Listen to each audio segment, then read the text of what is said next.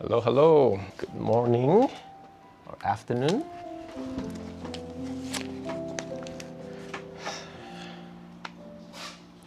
I have some tea.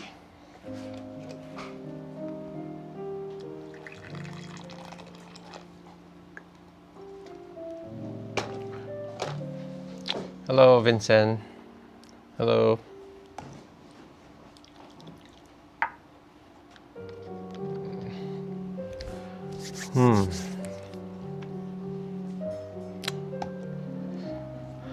One more week until Black Friday.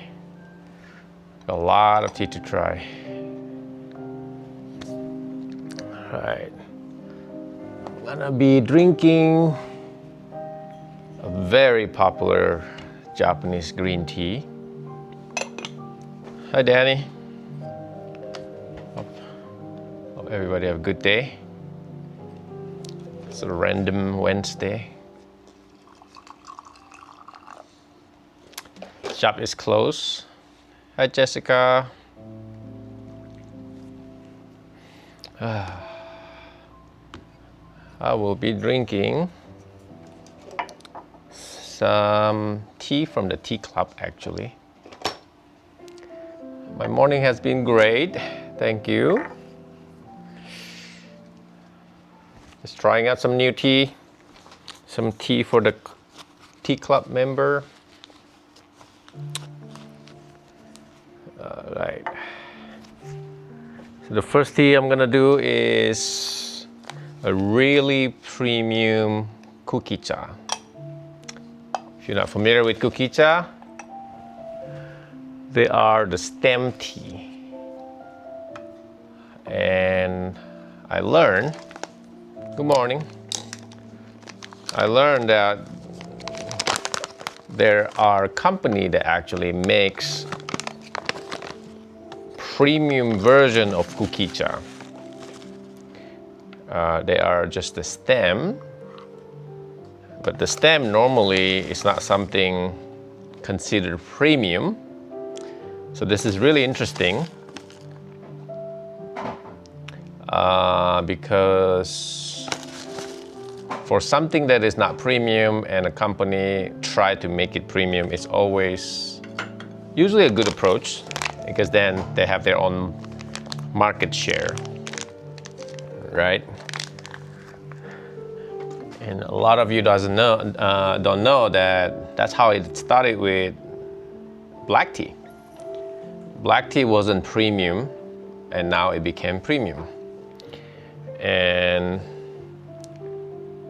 so this is, you can see there's a lot of stem in this thing. Those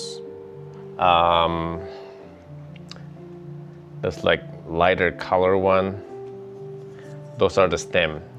And the stem doesn't really have much flavor. I don't know if you can see this. And normally they use it for hojicha. They roast it into a hojicha. Can't really see it, but there's a lot of these stems.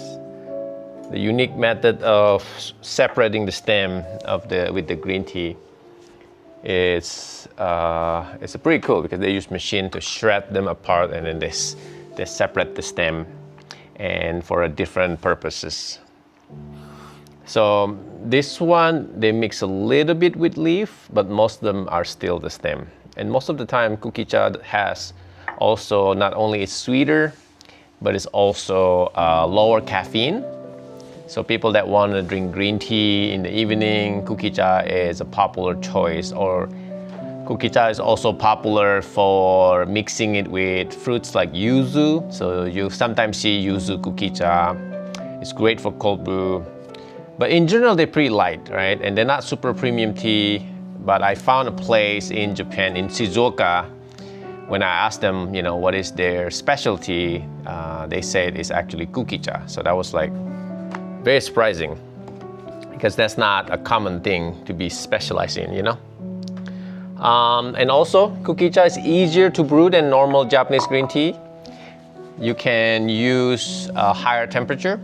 So I'm using 175 degree instead of the normal 140 to 160, right? And so that is, right now the temperature is about 185. I just need to click down a little bit. And we're gonna use about 5 grams. 5 grams of this tea for about 160 to 180. Because it's much higher temperature, I will also steep them much faster. Instead of like a typical 1 minute, we're just gonna steep this for like seconds, maybe like 10-15 seconds. This is where my Chinese brewing skill kind of comes into place, because usually for Chinese tea it's very fast, Japanese is like a lot longer. All right, so we're just gonna spread this whole 5 grams. I already pre-measured that. It's very, very sweet. And because it's not considered premium, the price is also really nice. This is, I believe it's like about $8 an ounce right now. Very gentle for your stomach because the caffeine is much, much lighter. And on top of it, lower caffeine, you can drink it a lot more in the day, a lot more vitamin C in the stems. So lots of benefits. But regardless, often they promote it more because kukicha is usually promoted as a low caffeine Japanese green tea. And that's what people buy them, you know, and the fact that it has a lot of vitamin C. But the problem is whenever a tea is promoted that way, usually the quality, people don't care too much about it, right? So I had it, it's never really exciting until I found this kukicha. And kukicha is also, there's a lot of different names for it.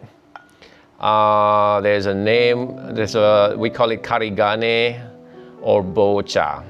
So depending on where in Japan, they call them differently. But recently, I think the most popular name is called kukicha. On our website, we call it Karigane, just to give a little bit different background name on different place. So we call it Karigane, but it's the same thing. And if you look at the color, it looks almost like I will say, like it's green, but it's not exactly like sencha green. It's almost like cane sugar actually. And you can actually smell the sweetness of this. It has like a grassiness, like a typical Japanese sencha, but it also has a unique sweetness, comes from the kukicha. Very good, very good. Normally, kukicha also the color is much, much lighter than this, so it's not strong at all. And people like it because it's light, but I feel like a good tea, you should be able to make it strong. For green tea, Chinese green tea, normally I get it if it's like lighter, but Japanese green tea, typically you want it to be a bit stronger. So this is like a perfect color, and that's barely like 20 seconds of brewing.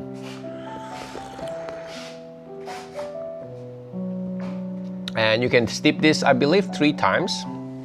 Really, really good, very easy to drink.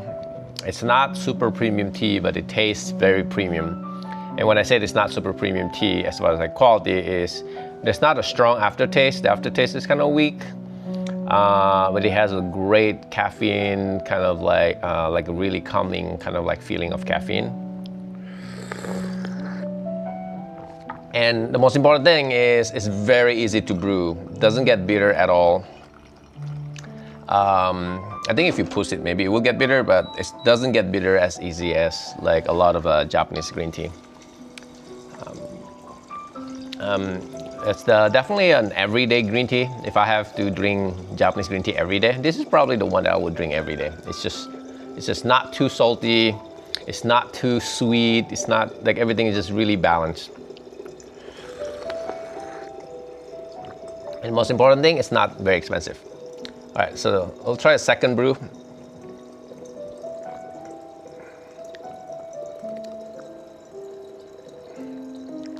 Japanese green tea that have like a strong aftertaste is usually only like a really high-end Japanese green tea. So I don't expect that from something like this. I don't know if you can see, the stem is kind of like floating. Let me see. I don't know if you can see the stem, but the stem is like floats on top of it.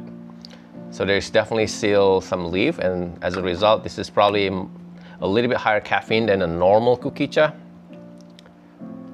I'm gonna give it to my Totoro because I can't finish it. There's a lot of other tea I wanna drink. Just gonna try a second infusions. Let's see how much it changes.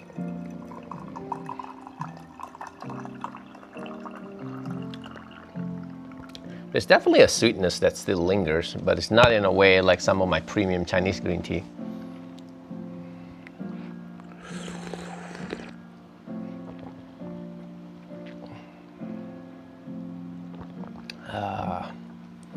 I think because of the popularity of matcha recently, I don't know if it's a coincidence, but I feel like a lot of our Japanese green tea in general become very popular.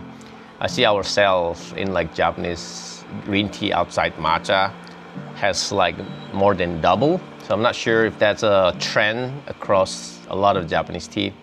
Definitely, it's really nice to be able to see that people are start buying into more like this kind of tea instead of just matcha, you know. And in fact, I think the matcha sale has been slightly like calmed down a little bit, not as crazy as like a few months ago.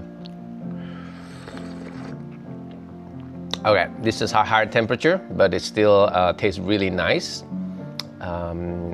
And the caffeine is very gentle, like I said. Like I can usually feel very sensitive if the caffeine is super high. So I like the feeling of this caffeine. Japanese travel and culture has seen an uptick in interest in general. I think so. And I'm happy. The only thing is I think it's a little bit harder now to do business with a lot of Japanese producer and farmer. They're just so busy. In the past, when I visit Japan, or like when I talk to Japanese, I feel like because they were kind of like need our business so much, so they treat us better in a way. But now they're just busy, you know. I don't blame them. You know, they have to kind of like manage to try to take care of everybody, and it's difficult to have such a surge in like popularity. And a lot of these Japanese farmers are still old school.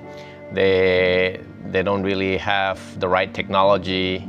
They don't have the right labor, right? A lot of like younger generation don't wanna work at the farm, and the logistic of it is very difficult for them to handle such a surge. So definitely I see a delay in response as far as like inquiry. I'm hoping that will change in next year. I'm okay with that though. At least everybody seems to be happy making money, because I keep hearing that a lot of the Japanese farmers are not making money. They are afraid to raise the price because it was already hard to try to sell their products. So I think this year I see a lot of changes in that. Popularity has definitely, of matcha has definitely affected. And I was predicting that too. It's definitely affect like all the other product for Japanese tea, and I'm very happy for that, right? And it will be interesting to see next year, because this year I know more and more companies are working towards building the right infrastructure for building to produce more matcha and harvesting more matcha, and even like building new factory. I mentioned that before. So it'll be interesting to see how next year is gonna change. This year is definitely probably a good year for a lot of farmers.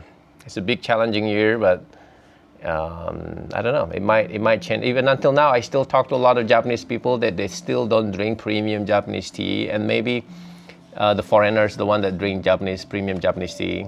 And maybe because of this new trend, that thing will change. Maybe like even the Japanese younger people will start drinking premium Japanese green tea, Japanese matcha. And because if the younger generation start liking premium tea like this, eventually it will only help everybody, because then they probably will have enough staffing. They will probably have, they will build more things to make sure they can keep up with the demand, you know? No, not as far as I know. Like, the Japanese do not consume matcha as much as foreigners. It's definitely more for tourists. For them, matcha is more like a dessert, parfait. They're everywhere. When things are everywhere, I feel like people less appreciating. Now, definitely there's some Japanese people like hardcore, but in general, the foreigners are the one that is like super crazy about the matcha, you know. And I'm sure things gonna change starting like this year, because the Japanese probably like, what the hell is going on here? Why is it foreigner love our matcha so much? So that might affect them starting this year, but in the past, not really. Japanese people don't really drink matcha or like Japanese sencha the way we do. But I think it's gonna start to change starting like probably this year, because even the last time I was in Kyoto, I see some sencha bar that specialize in high quality sencha, like an omakase sencha, where you sit down and get like 3 different sencha. There's like with like treated almost like a wine tasting with like a menu that is like written in a way, presented in a way that is like super high quality, and you pay a lot of money for that, but the location was still in a tourist area. So, you know, not sure if that's just they're trying to get the money from the tourists, but we'll see. You know, I think it's gonna start changing a little bit more. What is the non-premium tea they have regularly? They have like a lot of like what we call bancha or just genmaicha, hojicha. They drink that every day, and actually number one most popular is just a bottle tea, like pet bottle. They call it pet botoru. That is the number one most popular tea, and it started like 20 something years ago when they invented that tea in a bottle. I think it's kind of changed the culture in drinking premium tea in Japan. And it took that long to get to here, I guess, where people start caring a little bit more on quality. But the funny thing is, it takes to the point where the global sensation of matcha that affected, I feel like that's going to affect the younger generation in Japan, right? So definitely, I think we're gonna see definitely an improvement within like younger generation in Japan, and it's gonna be exciting, because that means if they love their own product, they're proud of it, they wanna maybe be the best, like make the best Japanese tea in the country that they're proud of. You know, I think that will eventually raise the price in a good way, because then everybody will be happy with the money that they make, and then as the result, our quality, the quality that we get won't suffer, right? Because right now, the only farmer that makes money is company that makes matcha. Company that makes sencha, a lot of them are not making money. They couldn't raise the price for like 20 years. So it's hard for them to make money, you know. So it's hard for anybody to be passionate about a product you sell when you're not making money out of it, right? But I think good things gonna happen, you know. I'm a positive believer, so we'll see. So it's exciting. And every year I'm gonna visit. I'm gonna go back to Japan in March. And the reason is because I like talking to these people, basically asking them what's going on with the situation, with the whole situation, anything changes. So we'll see. I'll be back in Japan in March. All right, that is good. Doesn't make me feel crazy. And I don't know if you know, if you drink like too much sencha, too much Japanese matcha even, it makes you want to go restroom a lot. This feels good. This doesn't make me feel that way. Definitely my top choice for a daily Japanese green tea. All right, better quality than most Japanese green tea that is like daily. This is like a super premium daily Japanese tea. All right, the next tea I'm gonna do is actually a pu'er. We're jumping from a daily thing to really niche pu'er, which is what we call the golden pig. It was called golden pig because this tea come from 2019. And if you're familiar with Chinese horoscope, there's 12 animals, and each of the animal has its own like material, like associated with them. For example, this one is 2019 is a golden year for pig. So there's a water, gold, wood, earth, and what else? And fire. Right. So this is the gold one. That's why we call it the golden pig. And this one is very unique because it has a very unique notes of grass jelly, and this is one of my favorite. So this will be in the tea club, and I have a reason why I want to include this in the tea club. I'll explain later, but let's take a look what this tea looks like first. What is it called?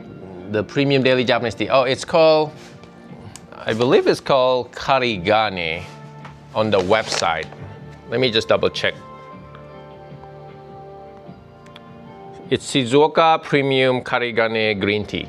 Shizuoka Premium Karigane Green Tea. Right?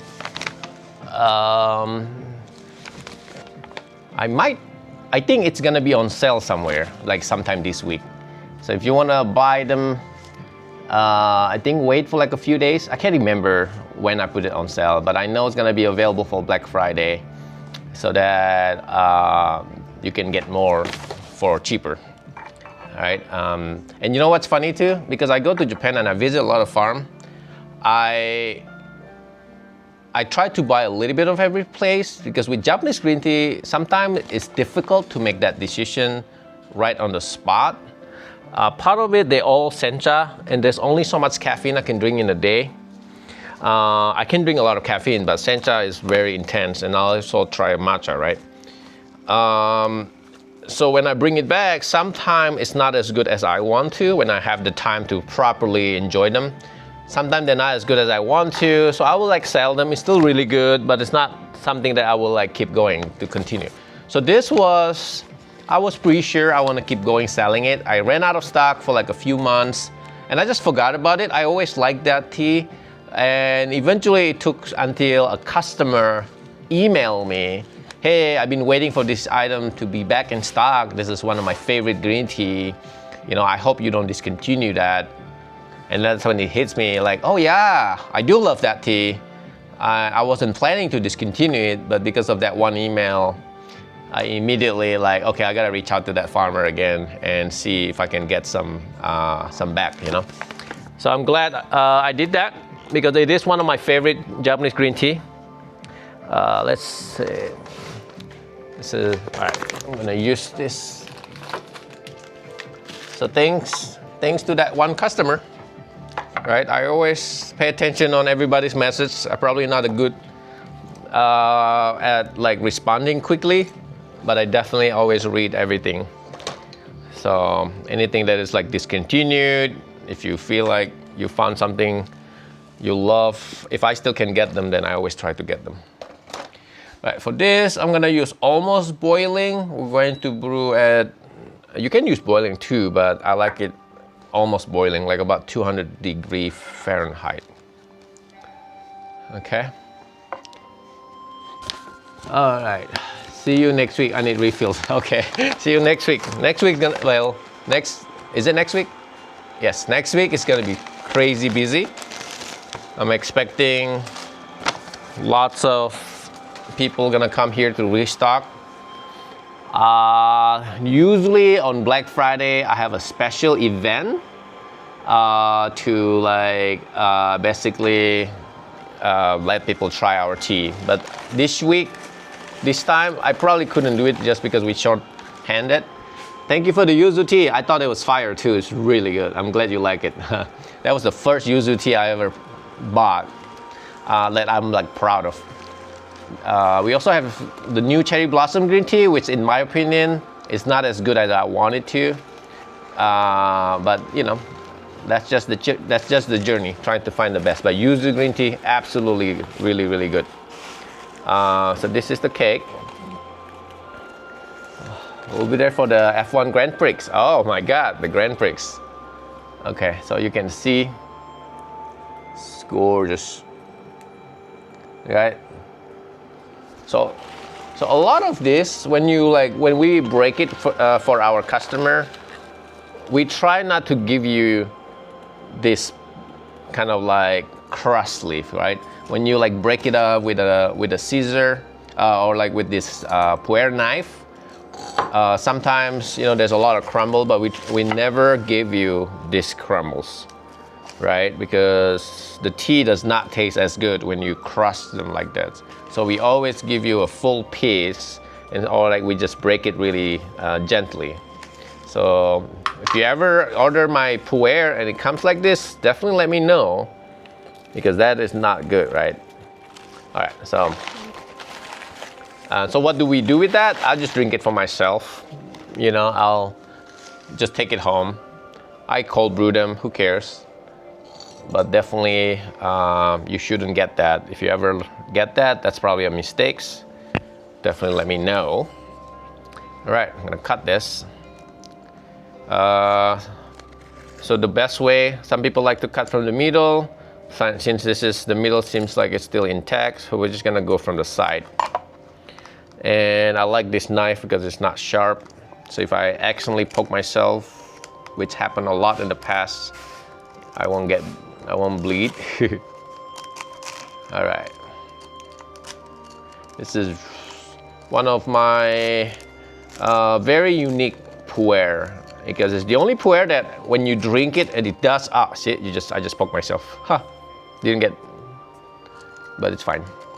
One of the few Puerh that I drink that I feel healthy after. It's just so medicinal. It reminds me of an Asian dessert that we call the herbal jelly. Most of you, if you don't grow up in Asia, you probably never heard of it.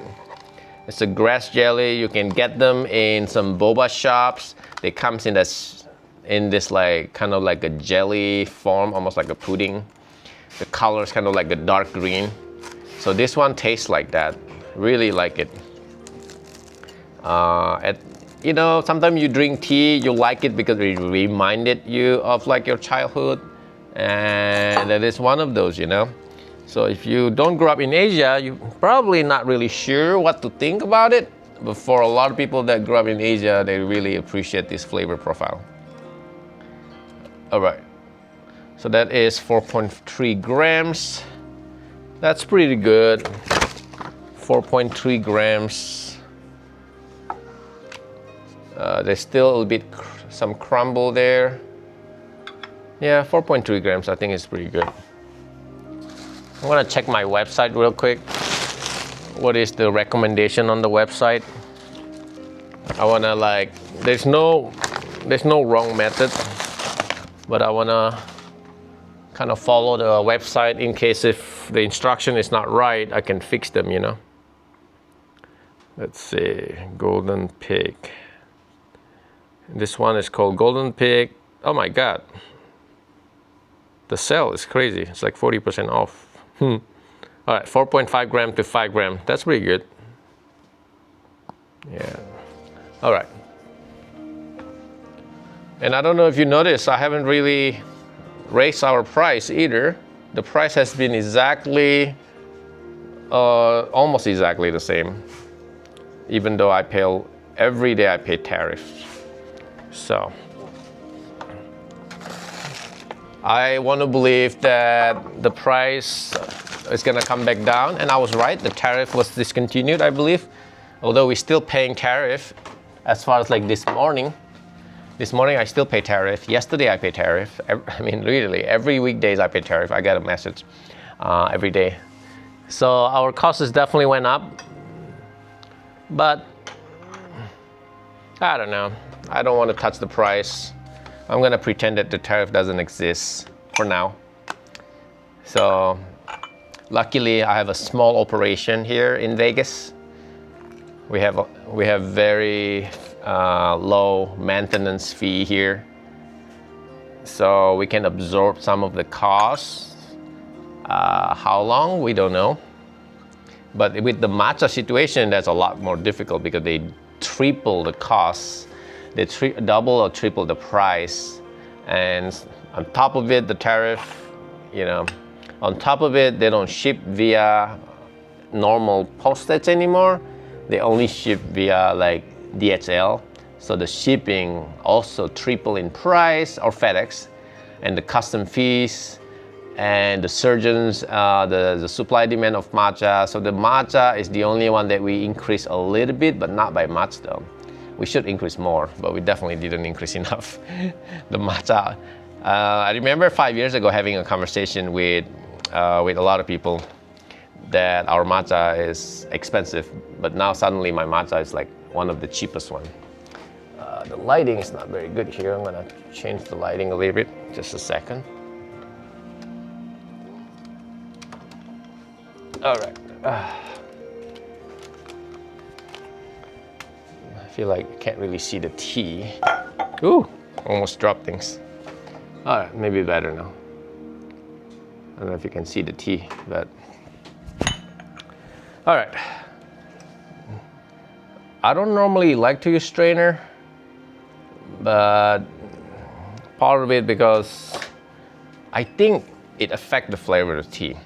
So even though there's some crumble, so what I'm gonna do is I just kind of like doesn't really make it super tight gap.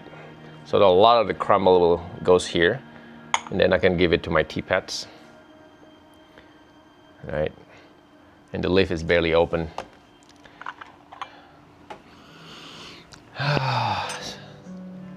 It's a weird, sweet and smoky. It's so sweet though. This is a Bingdao. Bingdao is famous for, Bingdao is the area in Yunnan. It's famous for being like this rock sugar sweet. And I had some Bingdao that is like super expensive. This is definitely not. This is not one of those, because this is only like $15 to $20 an ounce. Some of those really expensive ones, we're talking about over $100 to $300 an ounce. And they are good, they're really good, but it's so hard to pick one to sell them, because I want to pick the best one, especially with that price, you know. But this one has a sweetness that is mimicking that, maybe not as sweet, maybe not as strong, but still really, really good. And very quickly, you barely like steep for like, what, 10 seconds? Really, like, goes in, goes out. You can see the color. Hi Mel, good morning, miss you. I have something for you that's been holding here, but I haven't seen you for a while. All right, this is a golden pig.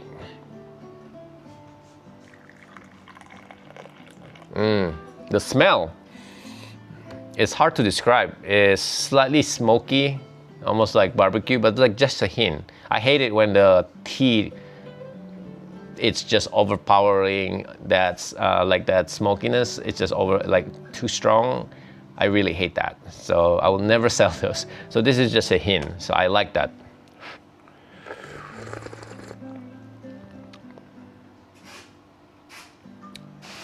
Yeah. And it has like a sweet after, not at front. When you drink tea, you want to focus on the front, middle, and the back. Right? The front is smoky, but the back is sweet.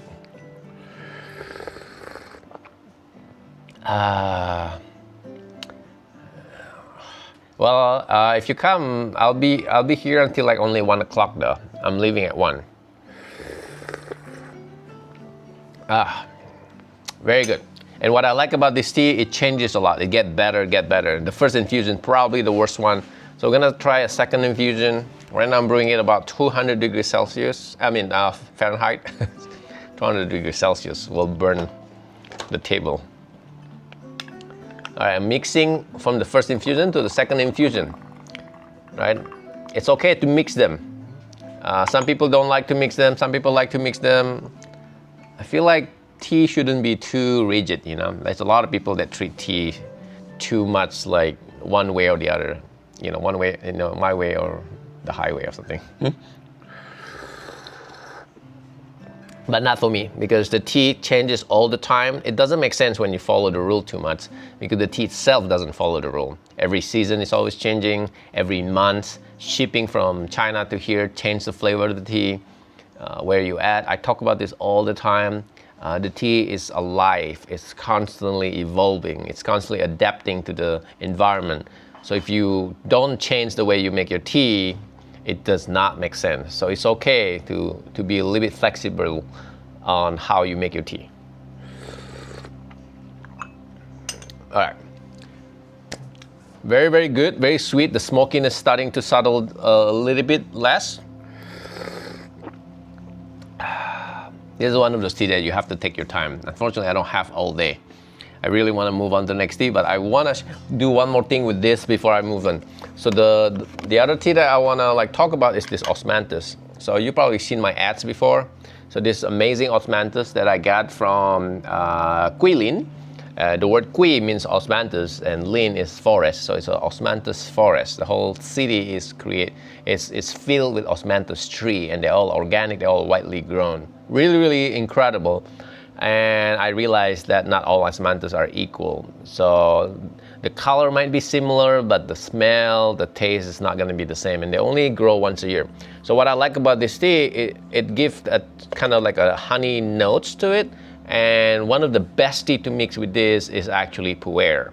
And that is why I'm gonna mix some of this over here. It's not necessarily, I mean, this tea is already sweet, but there's that hints of dryness in a lot of raw Puerh, including this one. Unless if you're buying really expensive raw Puerh. But what's cool about this, that dryness disappears once you just put a little bit of this flour. You can see, I saw a lot of my customers, they put way too much of this flour. You don't really need a lot, you just need that much. All right, so I'm gonna make it in a different pot. I'm gonna compare them side by side to see how much different compare with the Osmanthus. And the Osmanthus is a lot of fun because you can put it in basically anything. The only one that I tried that does not work well was actually a matcha. That's the only one that doesn't work, but everything else, it tastes really good. You know, some people compare this to a stevia. I disagree because the stevia I don't like the flavor of the stevia because stevia makes things sweet and this one makes things sweet, right? So I see the comparison, but I don't like stevia, but I like this one because I think this is more like honey with a hint of floral. Where stevia, I feel like it tastes almost like I don't know, like a fake sugar. I don't know how to explain that. All right, same thing. So you treat it like a normal, you don't change the way you brew them, you just treat them exactly the same. The color is still the same, but the flavor is usually changed a lot. So I'm gonna use these cups as a comparison side by side. And you can drink the flour by itself too. So if I wanna drink it by itself, I don't even need a strainer technically, but if I want to, I can just put a half tablespoon of this tea. And you can use any temperature. Right, I'm gonna do one more. And this tea will probably also on sale on Black Friday. I said probably just because I don't know what I put on sale. Not only I haven't raised my price, I'm gonna put on sale, so it's a good opportunity for you to restock before I change my mind. I don't wanna say it, I will not increase the price ever. But as far as I know, I haven't raised the price. Right, so I have three versions. Just the Osmanthus, the Puerh with the golden peak Puerh with no Osmanthus, the golden peak Puerh with Osmanthus, and just the Osmanthus itself. Okay, we're gonna see. I'm gonna see how different they are.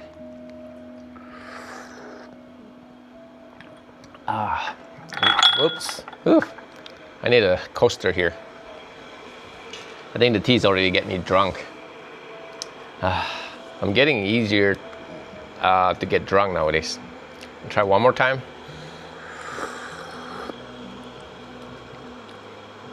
Very interesting sweetness, right? And now this is the one with the Osmanthus.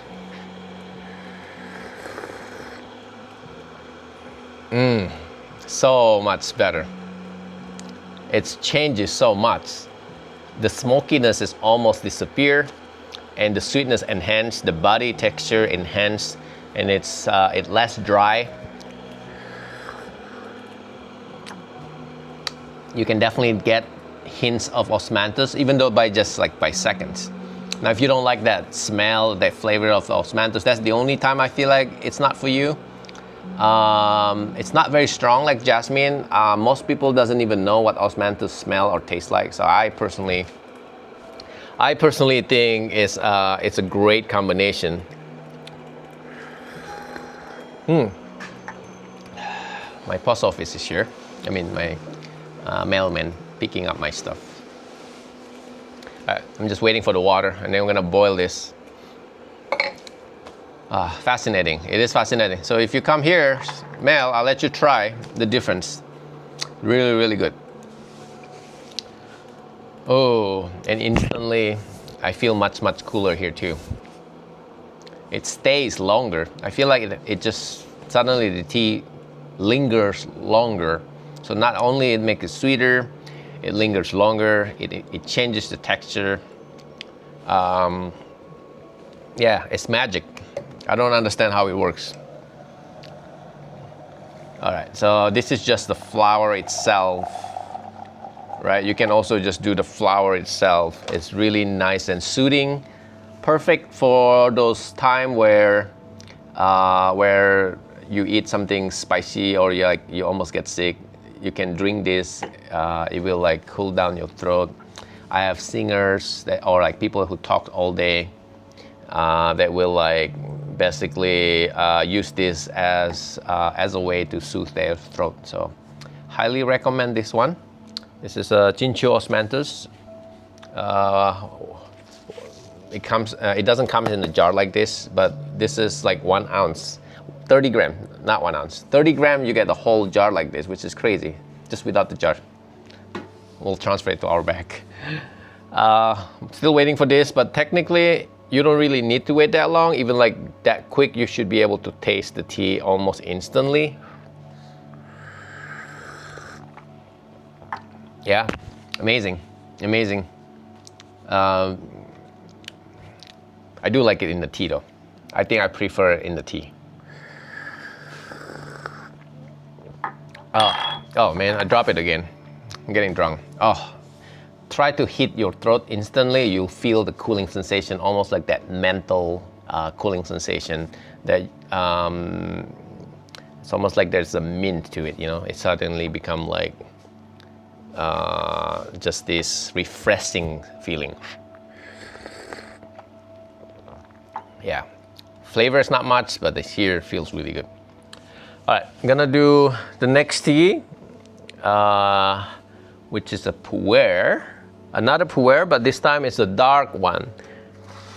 And the reason why the weather is just so perfect for this tea, and that's why I wanna do this one. Where is it?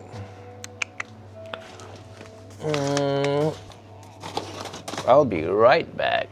Thought I got all the tea already.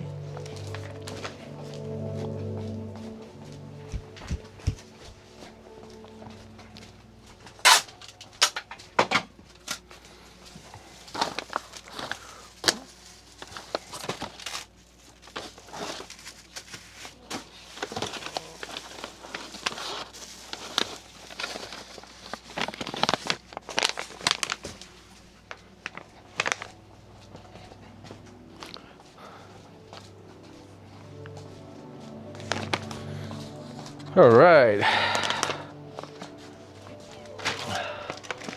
One of my newest treasure that I found from this recent trip to Jingmai. Still very underrated region. Because there's a lot of really good tea over there. But doesn't mean all of them are good. Okay. Comes with like, when I got it, something like this. Very popular. I'm so happy I found this. So fun story, when I first got them, I was almost disappointed because it wasn't as good as I remembered. So I just put it aside for like a couple months, and we have so much stuff here. I just not really excited to promote them. when I first tried them.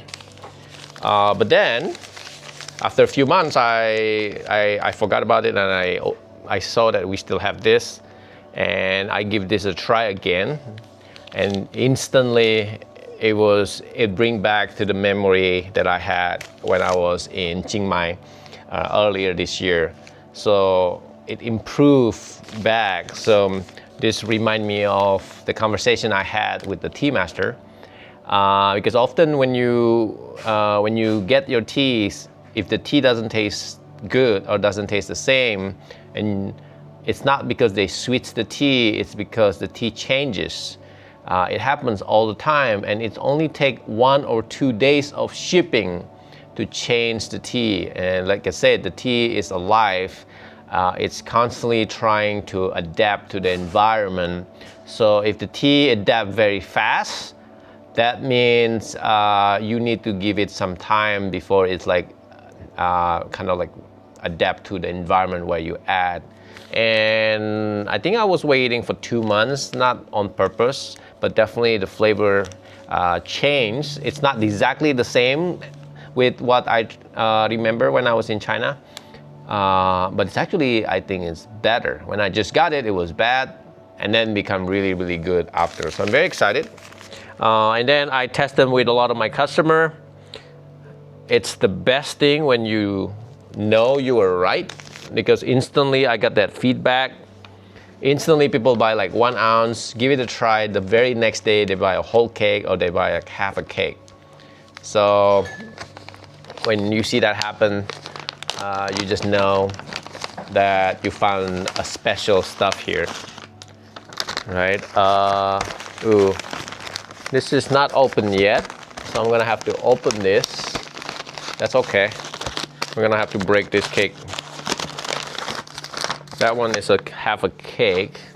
I'm gonna have to break this, and then we're gonna mix this with Osmanthus again later. But this time I don't want to mix it with the flour on it. I'm just gonna mix the steep Osmanthus. Gonna open another one. Super excited with this one. I'll put this on the side.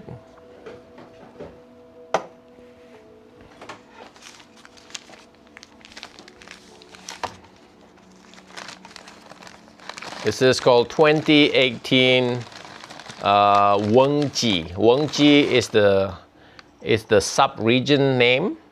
Wengji. It's called Wengji. Very special. I'll put this on the side for now. Like that. Look how gorgeous it is. Look at that color. Right? And you can tell it's not packed really tightly. Now, I always tell people all the time, looks are not everything, but it's something, right? It can tell you that the tea, at least, is not garbage, right? Yeah, the tea is alive, and including Japanese matcha and Japanese sencha. Sometimes everybody thought like something like a pu'er. I think a lot of people knows that they can be aged, right? They change the flavor, so it's kind of easy to believe. But like even like a Japanese sencha, like a Japanese green tea, I had that thought that the tea get better after like a year, but I was the only one that believed that. So when I was in Japan last time, I took the opportunity to bring this issue, not necessarily issue, like what I thought about sencha, what happened after a year. So I talked to the farmer, and they actually agree with me. Not just one people, like multiple farmers agree with me that including Japanese sencha, if it's a high quality Japanese sencha, it actually gets better after like 1 year. After that, probably it get worse, but like 1-year-old sencha is actually really good, because it's actually a lot of time it remove a lot of the grassiness in the sencha, and it just retain the sweet kind of like nuttiness to it. It might get a little bit milder as well. It's not as strong. Not every senja, but a lot of them become better. And talking to a few of the farmers, they all agree with me, and it makes me really happy because I don't really follow the books. I don't really follow what people tell me. I just follow my own instinct by trying lots of times, right? You make your own deduction of like what's happening instead of just listening to some of the expert in the country that is not a farmer. The only expert I will trust is the farmer themselves, because they actually make them, drink them, sell them. They try to improve their skill, what they put in the soil, what they see in the environment. They know everything about that, and those are the people who I learn from and who I trust. And a lot of times people don't do that, you know. People just read a book and they just take everything basically really believe whatever they read in the book and in the video, which is not very good.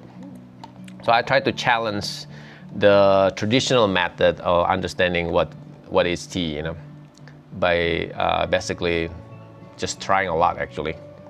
Anyway, so let's try this. This is 2018 Wengji Jingmai Shou Puerh, right? And I always tell people all the time, finding good tea it's easy and it's hard. And what I mean by that, it's easy in a way that you don't need to follow whatever label on it. Because a lot of time people think if you finding it the authentic one, then you get the best one. That's not always true. There's a lot of authentic Jingmai tea, for example, that tastes garbage. There's a lot of authentic tea and it's actually doesn't taste good. And a lot of the non-authentic tastes really good. And doesn't mean non-authentic is better on the other. It's just at the end of the day, you have to try the tea to find good tea.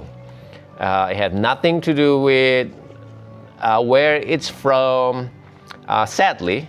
I mean, I wish I can tell you that, oh, as long as you get tea from this region, it's a guaranteed thing. No, it's a guarantee that you might not get tea bags, like really, really shitty quality. But when it comes to premium tea, there's no such thing. Premium tea is, in a way, is a secret that you have to find. There's no label. There's no certain criteria you have to follow. The only thing you have to do is try a lot and try again, try again, try again. So this is Jingmai. So you try hundreds of Jingmai. And this is a Jingmai Shou Puerh, then you try hundreds of Jingmai Shou Puerh. Regardless of what the labels say, you know. And that is kind of what I mean by it's easy, but it's hard at the same time. The only difference is how many have you tried? How many have you like seriously drinking, and not just try, not just like mindlessly put hot water and then drink it at work. That doesn't count. I'm talking about have a nice sit-down conversation about the tea that you drink with somebody else who cares about the tea. It's that constant practice. I usually do it from the side, but this time I decided from the inside. Right, and I talk about this more and more often because sometimes I see a company that does such a good job with like promoting their tea, with showing you how they are made, which just sounds really cool. And especially if it's like a small farm, and I made that mistakes too in the past, you know, because I get to see how they're made. That means they are the highest quality tea that you can find. It's actually, no, it's not true. There's a lot of tea that you don't get to see, but it's like really high quality. And I'm not trying to hide, you know, it's just, we just don't have the opportunity to shoot every video of like how they make the tea, right? I'm there like about 30 days to like 2 months. And would I rather spend the time trying to take a video of every single step that they do, which means I have to show up during hand picking season, and then every region is different season too. And it's impossible to shoot video on every single step on every single farm I went. I have some video for some of the farm, but not all of them. But doesn't mean they are not a good tea. They're very good tea, but it's not because the name or where they're from or how they or get to see how they make it. At the end of the day, it's about just giving it a try the tea over and over again, be better at understanding what is premium tea. This farmer usually only drink their kind of tea, or at least like maybe their friends and family tea. They don't even travel the way I do, right? And so I know what my customers are looking for, what I'm expecting in my quality as well. So often what I try to look for in a high quality tea is not exactly the same with a lot of this farmer, and that's okay. They have their own standard of like what they think high quality. I have my own standard with high quality, right? And there's no disrespect. Everybody have their own standard. The question is, how can you raise your own standard or my own standard of what high quality tea is? That is what I always believe, right? So no matter where you're from, where you started in your tea journey, as long as you understand the limit of high quality is limitless, which is exciting. It's really exciting for me. I tried the 150-year-old Bingdao Lao Chai Dragon Ball and love it. Yeah, for example, that's a good example, right? When I first found that tea, I thought that was the best raw pu'er I've ever had, and I finally understand what is premium raw pu'er. Right, that was last year. I found that last year, and then this year, drinking it a lot more, a lot more, like more expensive raw pu'er. Spend a lot more time, to the point that even something like that one that you just mentioned does not impress me anymore. And I still think it's a really, really good pu'er. It's something that I was super confident that nobody will ever had this kind of pu'er. But it's only because we've been drinking really shitty pu'er. So eventually, I realized even the best one is still out there. The journey is like far from done, And I talk about this all the time, and I'm really enjoying the journey of finding the very next tea that makes whatever tea I had in my inventory that I thought it was amazing and make them look bad in a few years, right? That journey is super exciting. That is an example of that tea, that 150-year-old. Last year, I'm pretty sure I did a live and telling everybody this is the best thing I've ever found. And then this year, I never talk about it anymore. It's still really amazing. I just think I found something even more amazing.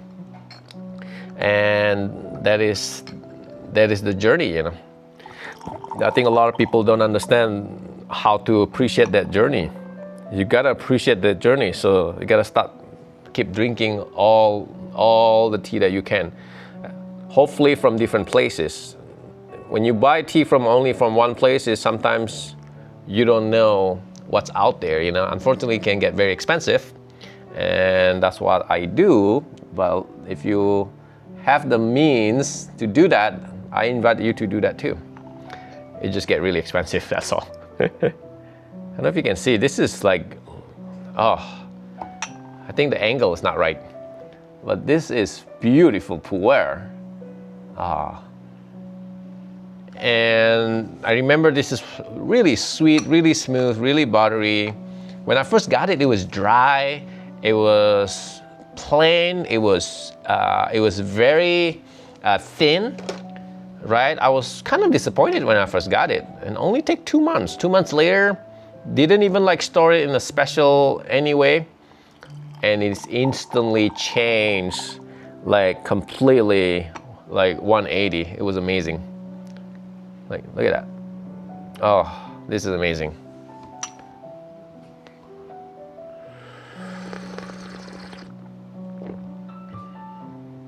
Ah, so sweet. It's like, how do I describe this? Even the texture is so buttery. For a Puerh, like this smooth is incredible. At this price, oh my God.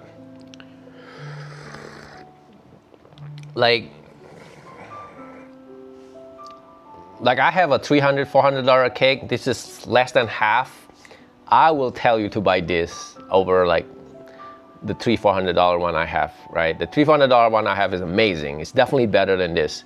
But for the value, oof, it's hard to beat this one. This is like $210, I believe.